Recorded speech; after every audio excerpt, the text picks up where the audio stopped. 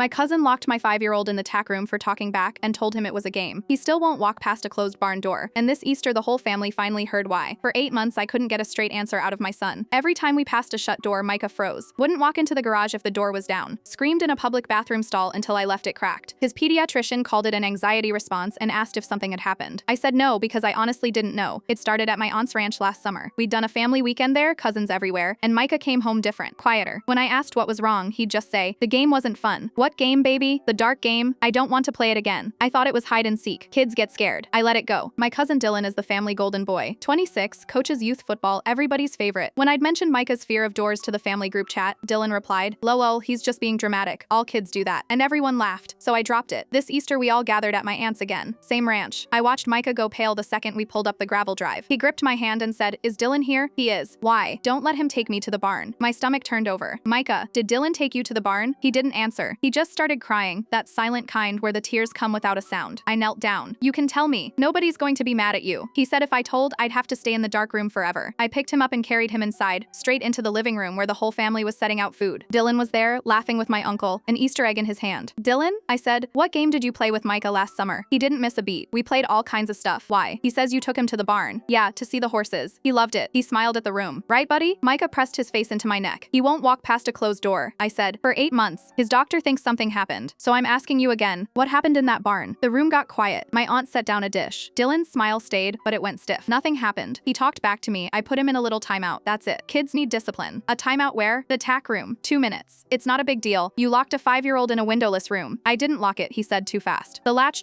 it sticks sometimes." My uncle frowned. "Dylan." Then Micah lifted his head and in the smallest voice said the thing that ended it. He turned off the light and he held the door so I couldn't push it. I said, "Let me out," and he laughed and said, "This is the quiet game. You lose if you cry." Nobody moved. "How long, Micah?" I asked. He held up all 10 fingers, opened and closed them. Again.